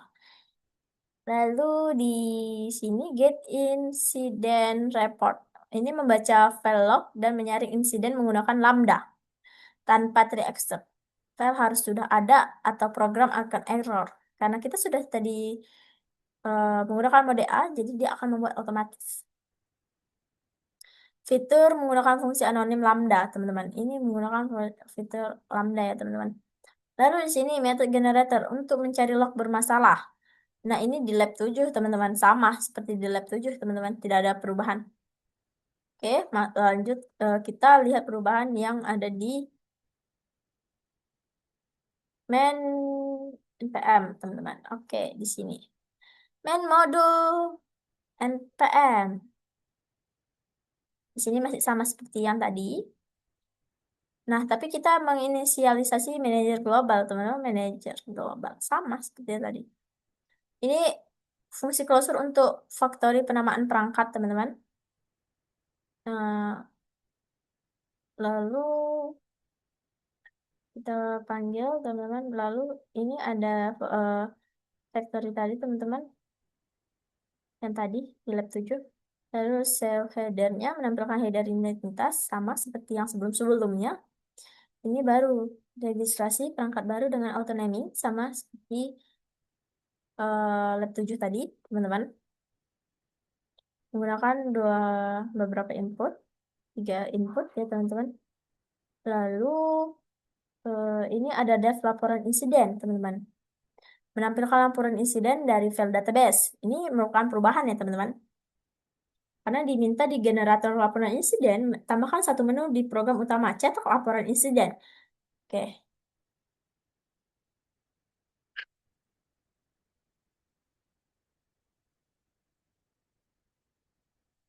Ini oke. Lalu cari on demand. Di sini sama seperti tadi, ini juga sama. Lalu ada tree except juga di menu utama. Sama. Dan bedanya itu di device-nya juga tidak diapa-apain, teman-teman. Gitu. Mungkin teman-teman penasaran kalau dijalankan itu bagaimana sih? Gitu. Akan coba jalankan ya di komentar. Jadi teman-teman, ini merupakan mini project yang bertahap ya teman-teman, yang dari sederhana hingga ke susah. Bagi saya susah.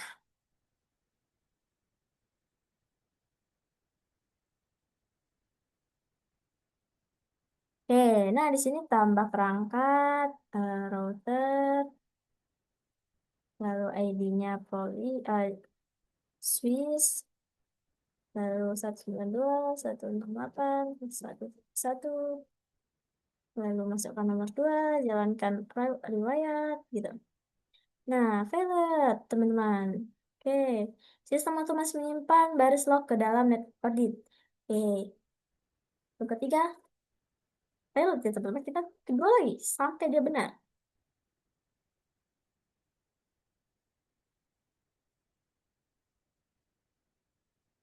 Ini sudah benar. Lalu kita masukkan ke 4, cari bermasalah, enter, enter, enter. Ini banyak kan enter ya teman-teman. Aduh, enggak, di line 162. Ini mungkin karena saya dari ini teman-teman, dari GitHub. Jadi nanti dia langsung tersimpan ke sini teman-teman. Nih, dia langsung tersimpan ke sini teman-teman. Nah, tadi saya Swiss ya teman-teman. Ini masuk.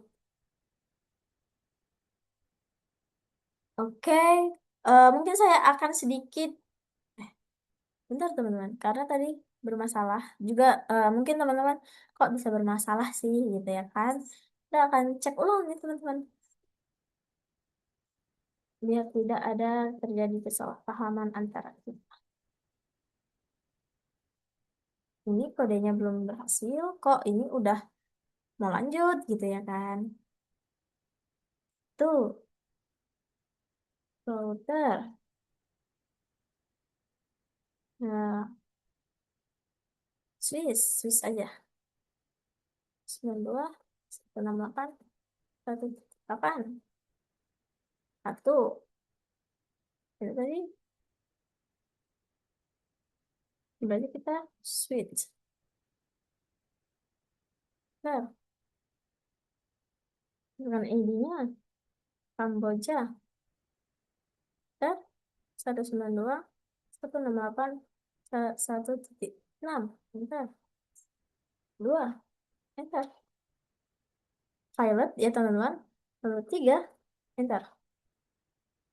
Lalu 4 teman-teman. Cari perangkat bermasalah. Enter. Baru 5. Cetak laporan insiden jaringan. Nah, di sini muncul semua teman-teman dari yang sebelum-sebelumnya saya coba ya teman-teman. Lalu kita keluar. Jadi tidak ada yang bermasalah ya teman-teman. Dan dia langsung tersimpan di network audit log teman-teman. Tadi kita buat Kamboja dan Swiss. Nah, ini sudah muncul ya teman-teman. Kamboja dan Swiss. Oke. eh, Mungkin saya akan sedikit menjelaskan tentang data persistence dan dan fungsi lambda ya teman-teman. Susah sekali bersih. Jadi teman-teman tentang data persistence dengan konteks manager with open, secara bawaan semua data yang diproses di dalam program seperti daftar perangkat atau status jaringan hanya tersimpan di memori RAM. Begitu simulator ditutup, data tersebut akan hilang. Data persistence adalah teknik untuk menyimpan data tersebut ke dalam penyimpanan permanen. Dalam hal ini berupa file teks atau TXT atau log ya teman-teman seperti ini. Ini auto save audit log ini merupakan simulator kamu uh, akan otomatis mencatat setiap aktivitas atau kejadian penting jaringan ke dalam sebuah file log eksternal. Mengapa menggunakan with open, teman-teman? Nah, perintah with di Python disebut sebagai context manager. Fitur ini bertindak sebagai pengaman otomatis ketika program membuka file untuk menulis log. Context manager menjamin bahwa file tersebut akan pasti ditutup kembali secara aman oleh sistem. Setelah proses penulisan selesai, bahkan jika di tengah-tengah proses terjadi error atau mati lampu nih teman-teman, ini mencegah file menjadi rusak gitu. Lalu sistem laporan insiden menggunakan lambda dan filter. Setelah data insiden atau aktivitas jaringan tersimpan di dalam file log teman-teman.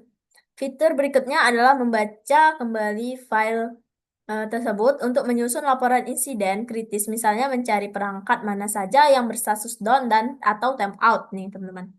Untuk menyaring data begitu banyak dari Velog secara instan dan efisien, kamu meng- akan menggunakan kombinasi dua fitur, yaitu fitur lambda dan fungsi filter. Fungsi lambda dan fungsi filter nih teman-teman. Eh, Fungsi lambda ini merupakan fungsi kecil anonim atau fungsi tanpa nama yang ditulis hanya dalam satu baris kode. Nah, lambda ini digunakan karena kamu hanya membutuhkan fungsi tersebut sekali saja untuk melakukan pengecekan kondisi yang sederhana, sehingga tidak perlu repot-repot membuat fungsi formal menggunakan kata kunci def. Ya, begitu teman-teman. Jadi tidak perlu menggunakan kata kunci def. Lalu, fungsi filter nih, teman-teman. Fungsi filter ini menggunakan fungsi bawaan Python yang berfungsi untuk menyaring atau menyeleksi baris data. Cara kerjanya seperti saringan copy ya teman-teman. Misalnya kita ingin menyaring, dia akan menyaring seluruhnya hingga tersisa intisari kopinya gitu. Fungsi filter ini akan memeriksa setiap baris data di dalam file log menggunakan kondisi logika yang sudah dicantumkan di dalam fungsi lambda. Nah, jadi fungsi ini saling bergantungan, teman-teman. Baris yang lalu menggunakan kondisi di data di dalam file log menggunakan kondisi logika yang kamu tentukan di dalam fungsi lambda. Baris yang memenuhi syarat akan lolos saringan dan dikumpulkan menjadi laporan insiden, sementara baris yang normal, data yang normal akan dibuang. Oke, begitu teman-teman. Mungkin untuk webnya dari minggu pertama hingga minggu ke-8 sudah selesai. Kita lanjut bagian 2 nih teman-teman. Karena 2 itu baru penjelasan pertama di komponen wajib video. Bagian B, refleksi dan tantangan. Sebutkan materi yang mengubah cara pandang paling berkesan dalam program dan jelaskan kegunaannya dalam tugas ini. Nah, teman-teman yang paling berkesan berkesan itu sama aku di lab 8, jujur di lab 8. Karena dia tiba-tiba bisa menyimpan ke di lab 7 dan 8, Deng, karena dia tidak menggunakan RAM banyak dan dia bisa menyimpan otomatis, teman-teman. Kita tidak perlu capek-capek lagi dan kita bisa melihat yang mana aja yang salah gitu, teman-teman. Lalu ungkapkan materi yang paling menantang, paling sulit selama setengah semester ini dan usaha apa yang telah dilakukan untuk menaklukkannya. Mungkin ya, teman-teman, materi yang sulit itu eh pertama di lab 8 ya, teman-teman. Lalu ada di mana ya? Bentar ya, teman-teman. Sebenarnya hanya di lab 8, teman-teman. Dia paling berkesan, tapi paling menantang, teman-teman, gitu. Karena dia sulit. Sulitnya mungkin dalam mengetik ya, teman-teman. Dan usaha yang dilakukan mungkin nanya ke teman atau enggak di Gemini gitu, teman-teman. Tapi tidak copy paste atau tidak mengikuti semua. Lalu ceritakan kendala utama selama mengikuti perkuliahan dan praktikum pemrograman jaringan satu. Kalau kendala mengikuti perkuliahan itu mungkin cuma sekali teman-teman karena kejebak rel. Kalau kendala ini teman-teman, praktikum ini cuman karena saya salah penulisan atau salah ini teman-teman, koma atau apapun itu salah ketik typo di apanya Sublim, dia error teman-teman. Terus Di flag 8 juga saya banyak error. Jujur, di situ saya banyak error. Lalu di GitHub, teman-teman, kenapa GitHub saya ini cuma 3 commit? Nah, di situ juga saya pusing mikirinnya. Kenapa? Karena saya nggak sengaja ngehapus, aturnya saya cuma menghapus commit yang satu, jadi kehapus semua, teman-teman. Jadi di situ saya bingung, ini kenapa kok bisa tinggal 3 komitnya, apa sih begitu? Padahal dari awal tuh saya sudah mengerjakannya, teman-teman. Terus kenapa tadi di GitHub-nya di lab 3 itu tidak ada? Ya karena kehapus komitnya, mungkin semua yang kehapus. Tapi saya sudah ada copy paste-nya sebelumnya, teman-teman. Begitu. Mungkin begitu saja ya teman-teman video TS saya, video hands-on saya. Mohon maaf jika saya ada salah kata, mohon maaf juga jika kurang berkenan di hati pengucapan saya atau videonya kurang baik di muka apa di layar seperti goyang-goyang atau apapun saya mohon maaf. Mungkin saya akhiri. Wassalamualaikum warahmatullahi wabarakatuh.